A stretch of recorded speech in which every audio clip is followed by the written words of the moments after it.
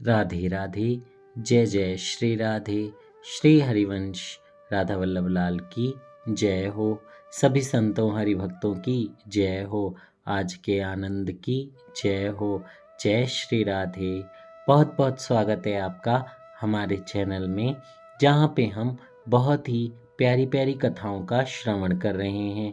तो ऐसी ही एक बहुत ही प्यारी कथा का हम श्रवण करने जा रहे हैं, जिसमें बांके बिहारी के बहुत ही प्यारे से चमत्कार का हम श्रवण करेंगे। और इस कथा का विषय है बंगले में विराजे। जय हो। सुबह 9 बजे थे, तभी अचानक फ़ोन की घंटी बज उठी। जितेंद्र ने फ़ोन रिसीवर उठाया और बोला, हेलो, कौन बोल रहे हो? दूसरी ओर से आवाज़ आई, जय श्री राधे। राधे की आवाज़ सुनकर वह समझ गया कि मौसा जी बोल रहे हैं। मौसा जी प्रणाम कहकर उसने हालचाल पूछा तो वह कहने लगे, बेटे, श्री बिहारी जी की कृपा से सब मस्त चल रहा है। कल हम लोग वृंदावन बिहारी जी के दर्शनों के लिए जा रहे हैं। क्या तुम चलना पसंद करोगे? जितेंद्र ने वृंदावन एवं बिहारी जी के महाराज के बारे में मौसा जी से बहुत कुछ सुन रखा था। उसकी इच्छा भी थी कि वह बिहारी जी के दर्शन करे। वह कहने लगा, जब वह बुला ही रहे हैं तो मैं कल अवश्य चलूँगा। आपका क्या कार्यक्रम है? मौसा जी कहने लगे, हम लोग कल सुबह 6 बजे रवाना होंगे। तुम कहाँ मिलोगे? जितेंद्र कहने लगा, ठीक है, मैं 6:30 बजे आपके निवास पर पहुंच जाऊंगा। इतना कहकर उसने फ़ोन रख दिया। जितेंद्र मन ही मन सोच रहा था, मैं कितना भाग्यशाली हूँ। श्री बिहारी जी महाराज की अहेतु की कृपा से मुझे वृंदावन का आमंत्रण मिला है। वह रोज की तरह उस दिन ऑफिस ठीक समय पर चल दिया था। ऑफिस पहुंचकर भी उसका मन श्री बिहारी जी के दर्शनों के लिए श्री वृंदावन की राह पर चलता रहा। सायंकाल फैक्ट्री का ऑफिस बंद करवा कर ही घर आया। ऑफिस में पिछले कई दिनों से हड़ताल चल रही थी, तो कोई खास कार्य भी नहीं था। मौसा जी के फ़ोन के बारे में माता पिता को बताया और कहा, कल सुबह मैं मौसा जी के साथ वृंदावन जा रहा हूँ। सुबह 5 बजे उठकर वह तैयार हो गया और ठीक समय पर श्री बिहारी जी के दर्शनों के लिए घर से चल दिया। मौसा जी के घर पहुंचकर उसने देखा कि उस यात्रा में उनके साथ मौसी एवं उनकी लड़की रितु भी चल रही है। सही समय पर उन लोगों ने अपने निवास को छोड़ दिया। कार मौसा जी ही चला रहे थे और उनके बगल में वह स्वयं बैठा था और पीछे की सीट पर मौसी जी और रितु थी। मौसम बहुत सुंदर था। रोज की तरह गर्मी नहीं पड़ रही थी। बात करते करते सफ़र कब कट गया महसूस ही नहीं हुआ। उन्होंने हाईवे को छोड़ वृंदावन की ओर रुख किया और तभी मौसा जी जोर से बोले, बोलो बांके बिहारी लाल की जय हो। आप सभी भी बोलिए, बांके बिहारी लाल की जय हो। कितना आनंद है ना इस जयकारे में, कितना सुकून मिलता है। और क्षण भर में वो स्मृति, वो बिहारी जी का चल पत्र, कोई भी जो इनका फोटो होती है वो आंखों के सामने आने लगती है। चलपट बन जाता है। एक अलग ही खुशी हो जाती है। क्या आपने महसूस किया है? नहीं किया है तो आंखें बंद करके एक बार ज़ोर से बोलिए, बांके बिहारी लाल की जय हो। और अपनी आँखों के आगे बिहारी जी की प्यारी सी छवि को देखते हुए, निहारते हुए अपनी आँखों को खोलिए और कथा का श्रवण कीजिए। जय हो। वह वृंदावन में हमेशा जयपुरिया भवन में ही रुकते थे, लेकिन आज उन्हें वहाँ पर कोई भी कमरा खाली नहीं मिला। मैनेजर उनसे परिचित था। बोला, आप सामान मेरे रूम में रख दें और बिहारी जी की श्रृंगार आरती के दर्शन कराएं। लौटकर अन्य किसी धर्मशाला में कमरा ले लेना। सामान को छोड़कर वह मंदिर की ओर दौड़ पड़े। आरती की आवाज़ लग चुकी थी। प्रत्येक दर्शनार्थी मंदिर के अंदर जल्दी पहुंचने की कोशिश में था। उन लोगों ने भी माला आदि लेकर मंदिर के अंदर प्रवेश किया। आरती प्रारंभ हो चुकी थी। खंजन नयन बैन रसमाते रूप सुधा सागर की आरती कीजे श्री नवनागर की पद गा रहे थे। आरती होने के बाद छींटे लगाते हुए बिहारी पुजारी जी महाराज जगमोहन में उतर आए और पीछे तक जल की छींटें डालने लगे। जितेंद्र हमसे कुछ आगे खड़ा था, जल की छींटों से सराबोर हो गया। आरती के बाद खड़ी स्त्रियां भजन गाने लगी और बोलने लगी, बांके बिहारी तेरी आरती गाऊं, कुंज बिहारी तेरी आरती गाऊं, चरणों से निकली गंगा प्यारी, जिसने सारी दुनिया तारी, अरे उन चरणों में मैं शीस नवाऊं, बांके बिहारी तेरी आरती गाऊं। वाह, जय जय, कितना आनंद है।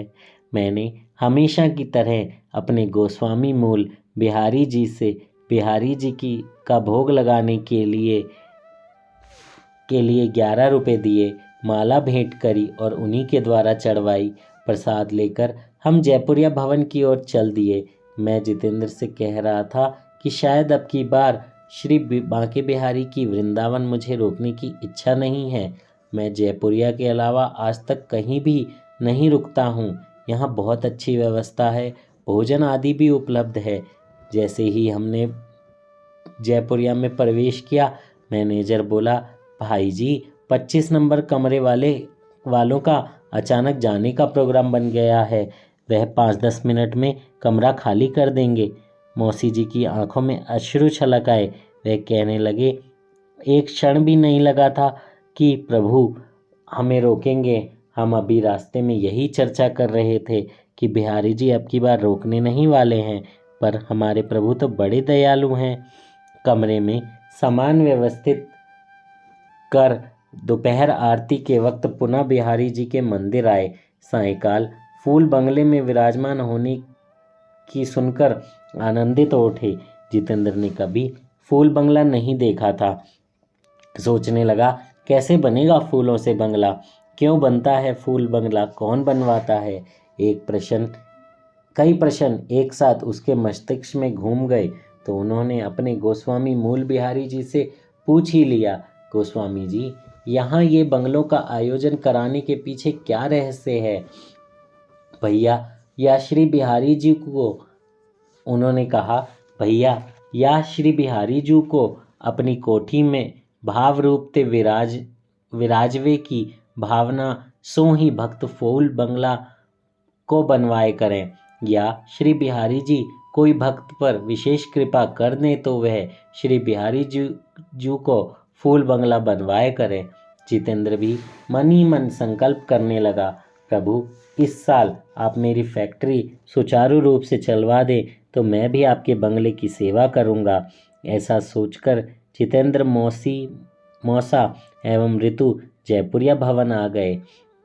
उन दिनों जितेंद्र की फैक्ट्री में लेबर बहुत ही परेशान कर रही थी।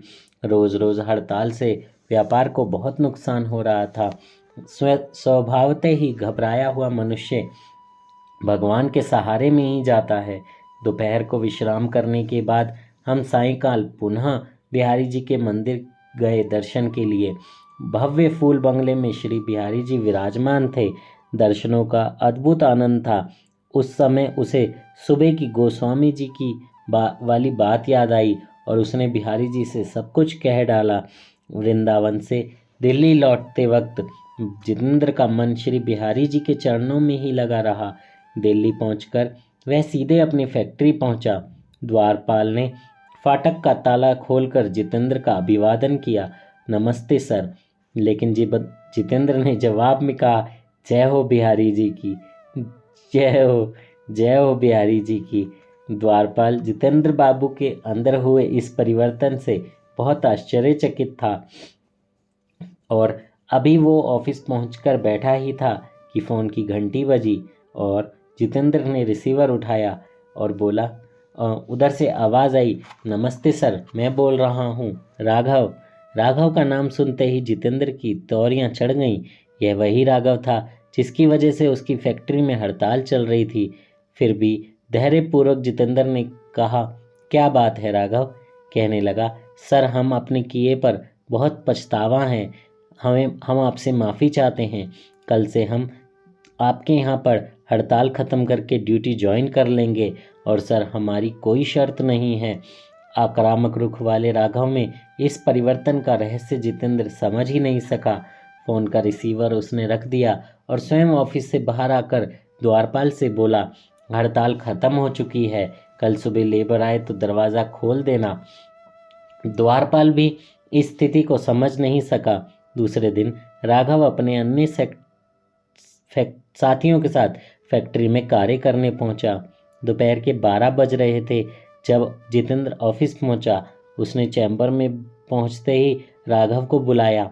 राघव सहमे कदमों से ऑफिस के अंदर आकर बोला, नमस्ते सर। शर्म के मारे उसकी आंखें नीची थीं। जितेंद्र ने उसे बड़े प्यार से अपने पास बिठाया और बोला, यह एकदम हड़ताल खत्म करने की तुमने कैसे सोची? राघव बहुत ही घबराए स्वर में बोला, सर कल रात को मुझे स्वप्न में एक श्याम रंग का बालक दिखाई दिया। उसने मुझसे कहा कि कल तक हड़ताल खत्म कर दो वरना मैं तुम्हारा नाश कर दूंगा। तभी मैंने आंखें खोल ली। मैं वह कौन था, क्या कर देगा, मैं इसी से भयभीत हो चुका था। सुबह उठने के बाद आपसे मिलने को आने ही वाला था कि सोचा फ़ोन करके देख लूं साहब फैक्ट्री में है भी या नहीं। भाग्य से आप ऑफिस में ही मिल गए। जितेंद्र ने बात काटते हुए कहा, ठीक है जाओ काम करो। जितेंद्र श्री बिहारी जी महाराज की इस अद्भुत कृपा से आनंदित था। उसने सायंकाल ही श्री बिहारी जी महाराज की हाजिरी देने का कार्यक्रम बना लिया।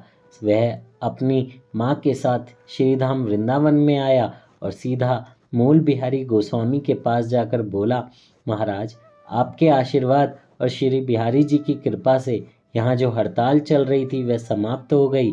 आप कल श्री बिहारी जी महाराज का बंगला हमारी ओर से सजवा देना। जय हो, बहुत कृपा। मूल बिहारी जी श्री बिहारी जी की ओर देखते हुए बोले, प्रभु इसकी विनती आपने एक ही दिन में सुन ली। और जितेंद्र से बोले, भैया तुम बड़े भाग्यवान हो जो इनकी कृपा के अधिकारी बने हो। दूसरे दिन सायंकाल फूल बंगले का आयोजन जितेंद्र की ओर से किया गया।